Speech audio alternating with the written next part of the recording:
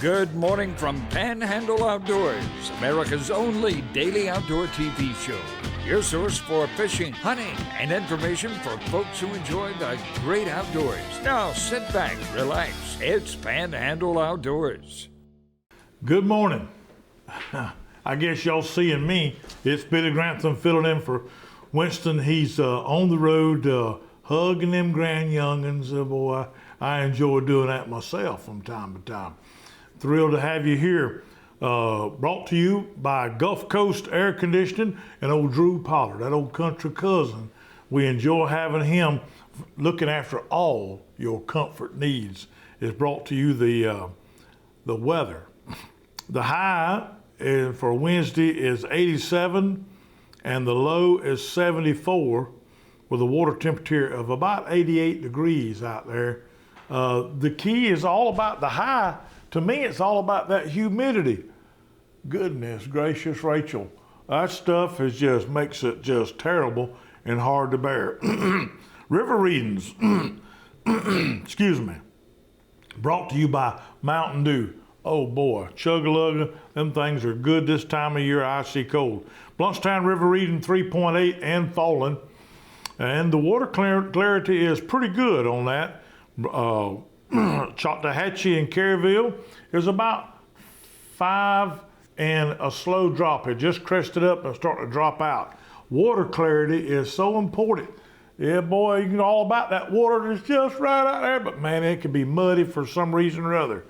Tides brought to you by Kent Forest Lawns right here in Panama City. The high of your tide for today is about 7:55 a.m. and your low tide is about 6:35. So you got a little moving tide in there, and maybe that sea breeze won't kick it up too bad. Y'all come back and see me in just a few minutes, all right?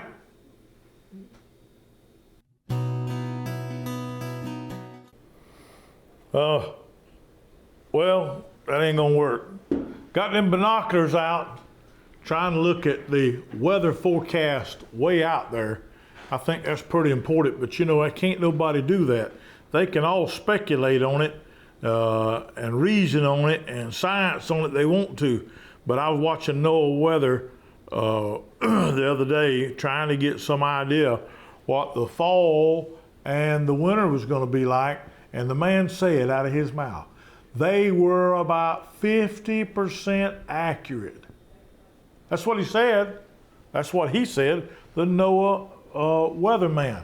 And I thought, that's classic, because I don't want to jinx us by no stretch of the imagination, because if anybody can appreciate and know what hurricane season is about, because now when they say, oh, okay, it starts hurricane season Saturday, whatever you're doing, you go, huh? You kind of pay attention and you look up and you start reasoning on what you need to do to be prepared. And it's the same way with everything else. Of course, with fall coming in, so mild and nice and reasonable, it's absolutely what I am excited about. Of course, I've got these gloves on just for dramatization. They're 100% wool, and they worked fantastic during the winter last year. Well, I'm sitting up in that ladder, waiting on that big buck to walk by. That never did, but them does did during doe days. Not for me, for everybody else, though. Anyhow, I have been mowing grass, wearing out a lawnmower, a commercial lawnmower, fetching and catching, burning up some gas, that high dollar stuff, and mowing a bunch of grass, because I got a big yard and a big field, burning some diesel, doing some bush hogging, and a lot of y'all have as well. But I'm simply going to talk about the advanced talk about the weather, because I'm ready for it. Any of y'all ready for some fall weather? Now, if y'all are them bikini wearing folks down on the beaches, y'all want that sun, y'all want it summertime year round. But I don't necessarily myself, because I like to get out there and do a nice fall garden. I like to quit mowing grass and be able to get outside and appreciate it, because once the humidity starts dropping and falling out, even if it's 90 degrees, it'll be great. I was up in Wyoming last summer, and it'd be 100 degrees and about 20% humidity. What them folks crying about? It felt nice to me. At any rate, let's look at your fall and your winter forecast. Not me predicting it, but Noah talking about it. He's saying that we're going to have a lower rainfall total in the wintertime. He didn't even speculate on the fall because of concerns about hurricanes coming in. Not that they were, but the fact that they didn't want to predict precipitation because of what hurricanes can do. And we know you got to be on guard for that. The average temperature in Panama City in November is 73 degrees. That's the high. The low is 53. In December, it's 65 is your high. 47 is your low. In January, it's 63, and 45 is your low. That ain't half bad. Up in Mayranner, you pronounce that Mayranner, by the way, if you're from up there. The high in November is 73, low is 47. In December, the high is 65, and low of 43. My whole point is, boy, once that humidity gets up out of here, oh, it feels so good, nice and crisp. Finally get to where you can put on a little light jacket or something else and get out there and stir in it. A record high in Panama City was in 1932. That's right, you heard me. 1932, at 103 degrees. All they had is them old fans back in them days. No air conditioning. Don't we appreciate that? Don't we appreciate that? A low temperature in 1985 of 6 degrees in Panama City. Boy, I tell you what, that is something else. 6 degrees, that'll bust pipes and freeze everything around here around you. But I'm looking forward to it. Not just that, but the coffee tastes better, and everything is a lot more enjoyable when you can get out there and mingle around in it. Get your little fire going, make you some cowboy stew. Cowboy stew, y'all don't know what that is? That's some delicious stuff. All right, we're gonna take a break. Y'all go get a cup of coffee and come on back and see me in just a minute, all right? Well, I got to thinking the other day after Jeff brought me that big old jar of blackberry preserves, I brought him some bread and butter pickles. Homemade. They ain't city slicker built, made or cooked off or whatever. Them homemade ones right there. You get you some peas and butter beans and some fresh vegetables out there on the plate. Put you some of them things on there. Or when you're frying them fish, I love them with fried fish because they are delicious. They still got a good crunch to them too. Anyhow, hey, having a little bit of technical difficulty with some pictures, so use a little bit of your imagination. When we get to it in a minute, we'll show it to you. I was fishing on the Apalachicola River some time back, and I couldn't remember after I come out and wished I had the railroad trestle, the train track that crosses the big river, the Apalachicola River, where the train crosses. That bridge right there was an old bridge that when the train wasn't coming and the boat ships come up there, it would rotate mechanically and let something pass and go back. Fishing on that bridge, and of course I can thank Bruce Miles gave me the number, but I was thinking, I remember that thing being old, and looking back on it, it's up on the pillars of the side of that bridge. It was built in 1883. 1883. Can you believe that thing has sat there and sustained that bridge without repair 139 years?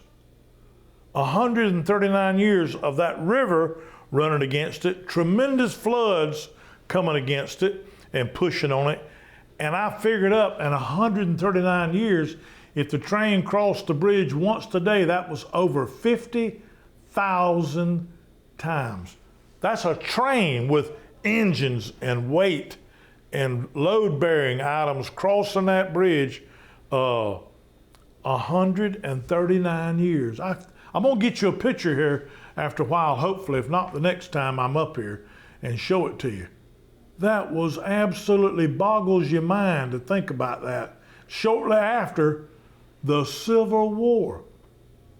Gosh, I couldn't believe it when I saw it years ago when I first saw it. That's crazy to be that strong and endured that much. Also, I got thinking about it, looking up there in Chattahoochee. Winston talks about history from time to time. The Confederate gunboat was about 130 to 150 feet long. I read some things, there were different measurements for it. Got down the river near Bluntstown and had stopped because the river was down a little bit too much, and parked overnight, was gonna move back up there and attack a Union boat, but the river rose up during the night, so they got ready to go again to steam out of there. It was a steamboat, and the gauges on it weren't quite accurate, and there was some discussion and a bit of argument about whether it would take the water they was gonna add to it to get it underway, and they added water to it, and it blew up. Now there's a memorial right there in Chattahoochee, just off of, right there on Main Street, that is a memory of 18 men that were killed, some by the explosion, some by being scalded, and it was traumatic. And it wasn't like nowadays where they send a couple of ambulances around there or a helicopter and scoop you up and take you to the hospital. Some of the men suffered and died from shock after several days. But they did eventually raise the boat after a month or two and bring it back, but it never served anymore for the Confederacy. But it was just a piece of history that goes along with that 1883 trestle, and then that ship, or if you will, a 150-foot ship, was brought back and then recovered. I think all the guns were taken off and distributed in different places throughout the Confederacy at the end of the war. It was armed with a 32-pound, I don't know what all that means, poundage rifle. Apparently the barrel on the gun was rifled. A heavy 9-inch gun, and both of those, two of them, were on pivots designed they could move them and point them whichever way they wanted to, along with some other guns on there as well, much, much smaller. But there's a tremendous amount of history up there. There's some stuff there at Florida State Hospital, the old arsenal. I've been inside of it. I'll send some pictures back by Winston one day, if I don't do it next time I come in, with some fantastic, unbelievable brickwork inside of that arsenal that's been repaired and rebuilt inside and put back as it was when it was originally done. It boggles your mind. It's artistic work, and it's worth the looking and seeing. And like I say, I'll bring you some pictures back for you to look at here in a month or so when he hollers again for me to come down. But it's fascinating. Lots of history up there, dates back before the Civil War, long before the Civil War, and it was settled up there, and it was brought in during the Indian Wars. There's some encampments up there and some places that are recognized by a lot of historians that look after the stuff, and the state has invested in it an awful lot. A lot of it's there on the mental hospital at Florida State Hospital grounds, and you really can't get to some of it till they open it up on special days. All right, hey, we're gonna take a break. Y'all go get a cup of coffee and come back and see me in just a few minutes.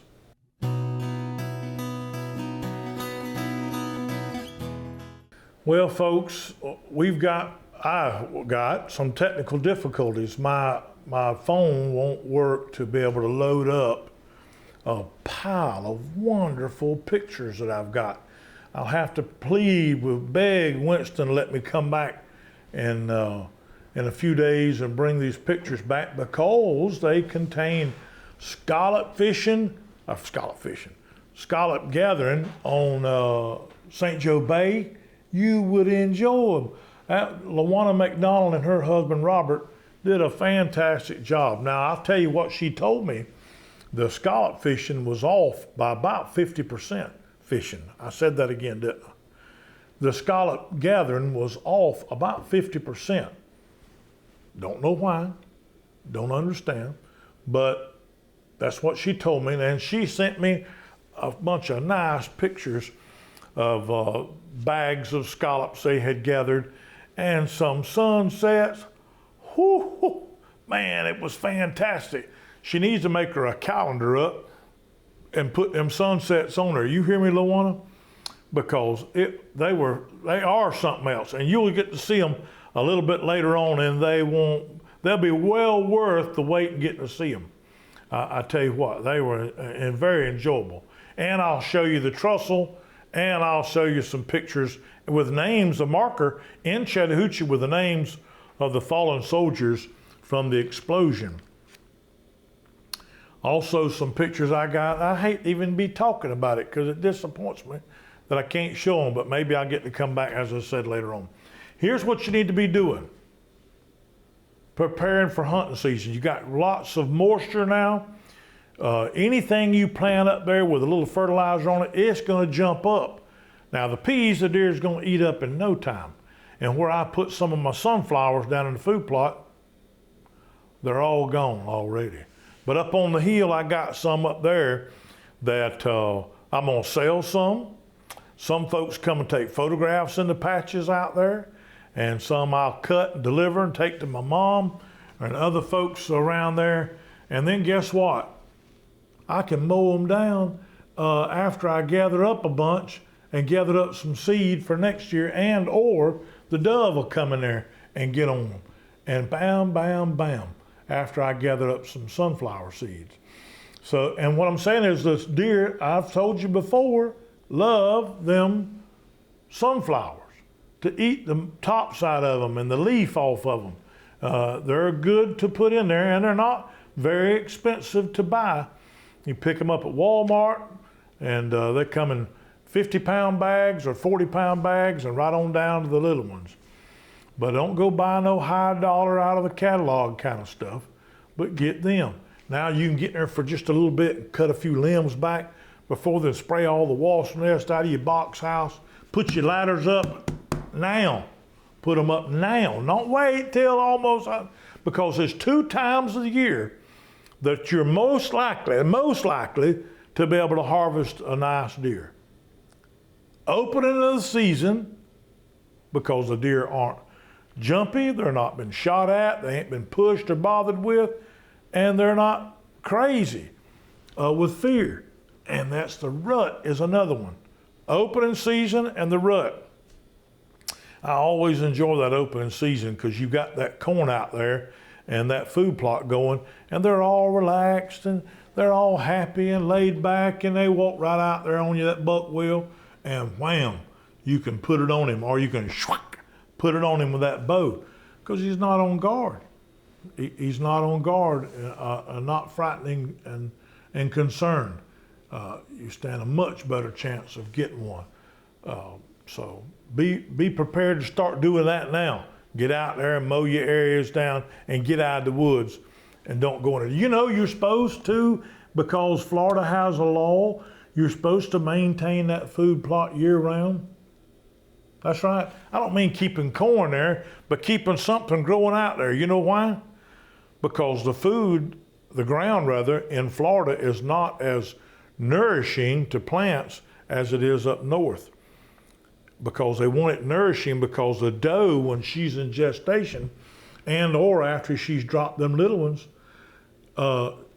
those that she has, the 1 or the 2 or the 3, are much more likely to survive, because the content of her milk being much better, because you've maintained a mineral block and some year-round food plot items out there. Therefore, you go from having more deer, and them young bucks will survive and thrive better. Boy, we have got them, the deer in East Jackson County. Wow. Truck driver stopped the other day at the church delivering something, and he says, I drive all over the southeast delivering things. He said, and that road from Sneed's at the caution light to Highway 2 is worse than anywhere else he's seen for deer. He said, it's unbelievable. You had best slow down when you're coming down through that neck of the woods down there. He said, it's unbelievable, and I drive all over the place. And I can believe it because the county has got signs all up River Road. Watch out for the deer signs. And they're always alongside. I hope to come back and see you real soon. Y'all take care of yourself. Always remember that if you don't know where you're going in life, any road will take you there. Thanks for watching America's only daily outdoor TV show, Panhandle Outdoors with Winston Chester, featuring hunting, fishing, and other activities and information to help you enjoy the great outdoors. Join us next time for Panhandle Outdoors.